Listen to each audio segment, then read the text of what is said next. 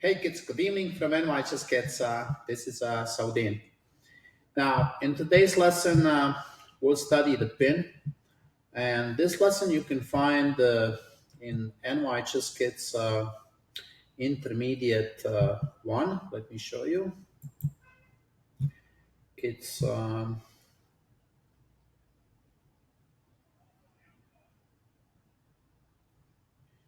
This is Intermediate 1. Okay, it's here. Lesson number 4, Chess Tactics Pin, right? And then later you can see the lesson on your own by clicking here and see the lesson on Lee Chess. So let's go into the lesson. Let's see what's going on here. The first position should be quite easy, right? So if you play bishop to d4, that's a pin, right? The knight is pinned, right? The king moved, and now we can capture that knight. Now, any piece that is pinned is a quite bad piece, right? So with a pin, you don't checkmate, but you set up a really unpleasant position. So you have to learn how to use the pin for your benefits, but at the same time, you also have to learn how to protect yourself against the pin, right? Now, this lesson is from Lee Chess. Actually, you can find this lesson also under the learn and practice. You can find this lesson. And you may notice that this lesson doesn't have many examples, but they are also not, some of them are not easy. So we'll do all of that. So in this case, we won the knight. Let's see the next one. Okay, what do we have here? We have a king and a rook on the same diagonal. That means if you play a move like bishop a3, that would be a pin.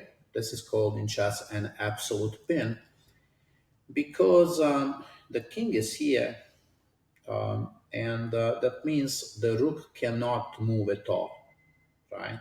So with the absolute pin, you cannot move the piece. So the rook is really a bad piece right now, and we are going to win this rook. We take the rook, and that's it, right? Let's see this one here. We have queen and the rook on the same diagonal. Right, so if you play a move like bishop to c3, that would be a pin, right? We are attacking the rook, and this is called in chess a relative pin. Now, rook can move, but black will lose the queen, right? You see, with the absolute pin, you cannot move the pin piece at all, but here you can move, but you may lose the queen. So this is called relative pin. And now, of course, we take the rook, and we won the rook for a bishop, right? Let's go to the next one. Now, again, here we have an absolute pin, right? So rook is pinning the knight. And now what we're going to learn is to use this pin for our advantage, right? So look, by playing a move f4, we are going to win the knight. So you see, we're not taking this knight right away. We play f4, and the knight cannot move because it is an absolute pin. Now, we take the knight with a pawn, not with a rook, and we win the piece. Right? Let's go to the next one. Let's see what we have here. Do you see any move here for white? We have an absolute pin, right? So if the bishop takes the knight, you see the pawn on g7 is pinned with our queen on g3. So if we take, there's no move for black, right? Black cannot really capture this bishop. So we are taking a piece for free, right? Now, this also may lead into the checkmate, right? See, the way we would checkmate here, we would surround this king with our pieces, like we would play move like this, and then we want to play queen h6 and queen g7 because now of course we cannot go queen h6 right away because queen is going to capture on f6, but we could support our bishop. Okay, see, he has to give the queen and then go around, and we're gonna try to checkmate here. Now rook is protecting that. We still don't have a checkmate, but what's great about this, you see, we have a rook that can get into the game. Let's continue this game just to learn. Okay, so he wants to play now rook to g6, right, and defend himself. Okay, fine. So, but we are clean up, right? We should be able to to win this game. Right? I mean, I could play here many different moves. Probably, I would probably choose rook e7 or rook e5, and then eventually capture that pawn on g5. So this was another example of the pin when we capture bishop f6, and the black cannot recapture because there is an absolute pin.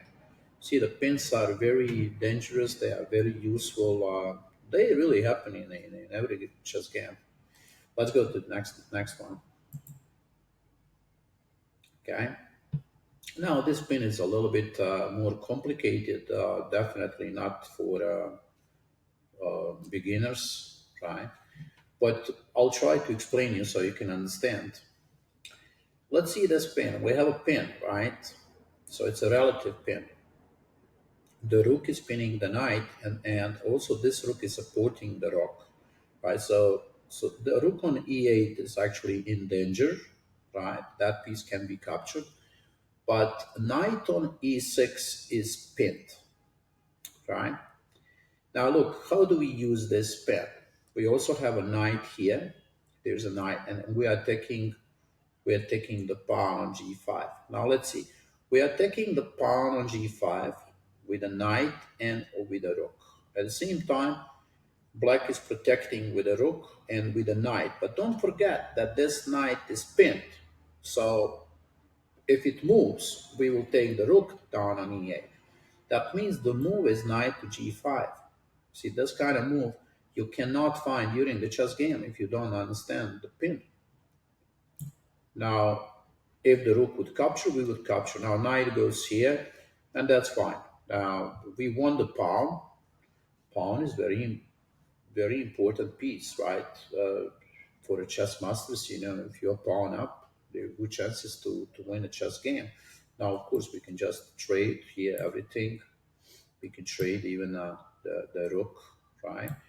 And we can come back. Look, I can come back and take this pawn on h4, and then just push those two pawns here and promote into the queen. So the chances for the white to win the game are great here, right? Excellent chances. So that was uh, this puzzle. Let's go back. See, let's see all the moves.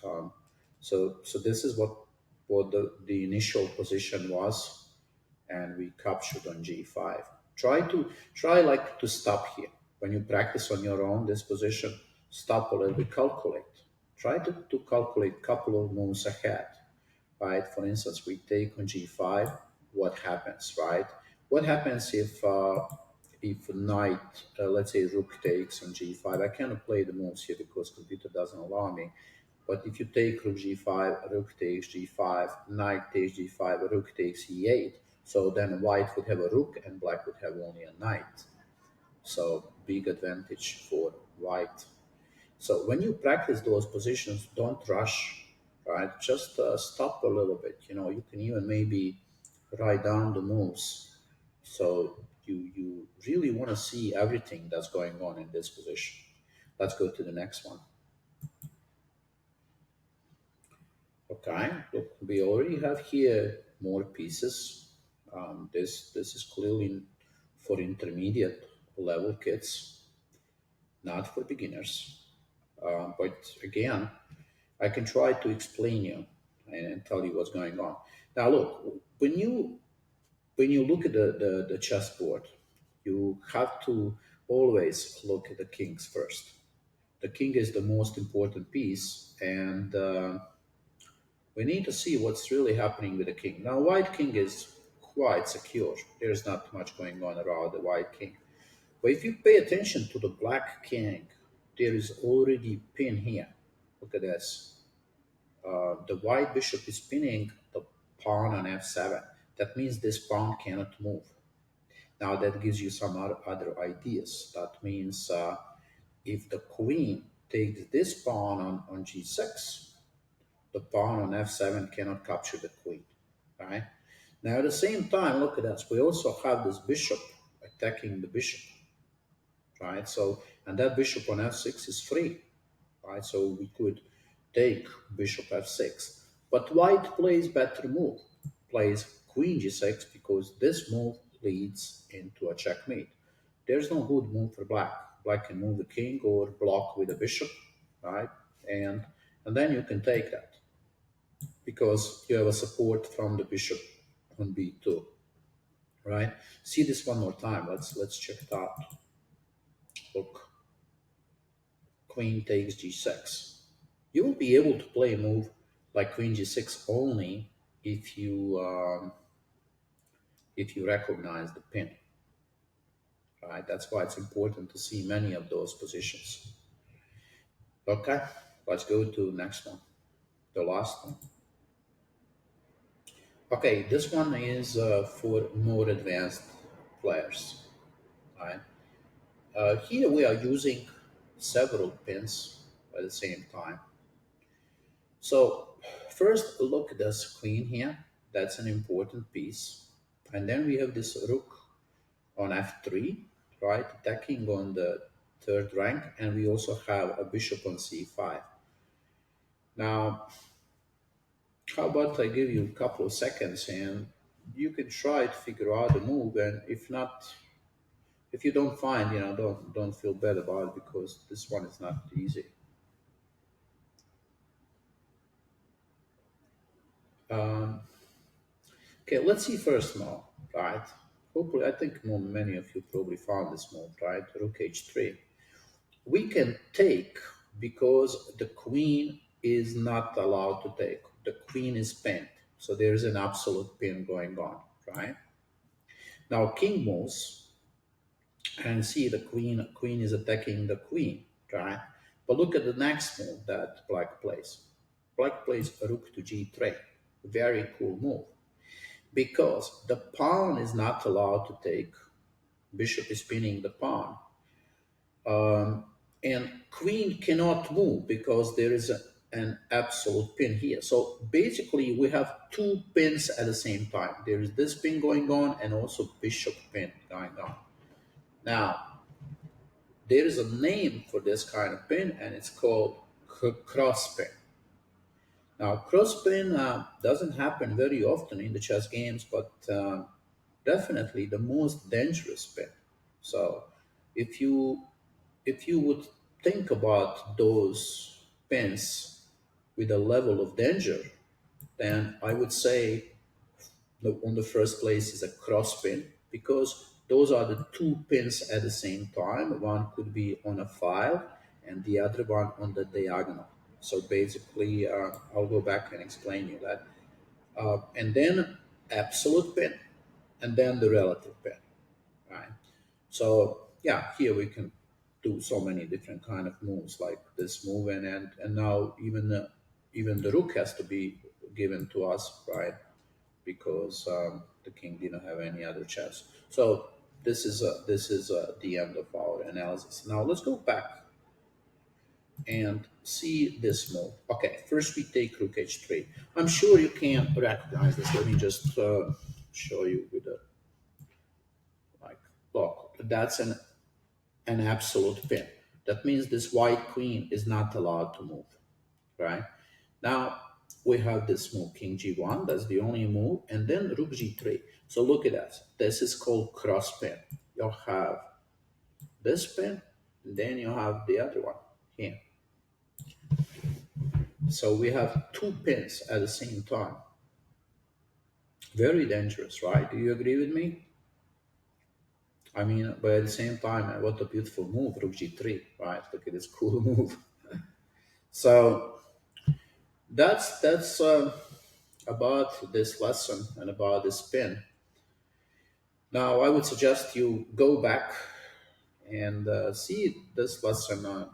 You can go through our website and find that lesson that I showed you, and then see this on your own. Like spend a little bit more time, just to figure out what's going on with those pins, because you'll see that's going to help you a lot for your chess games.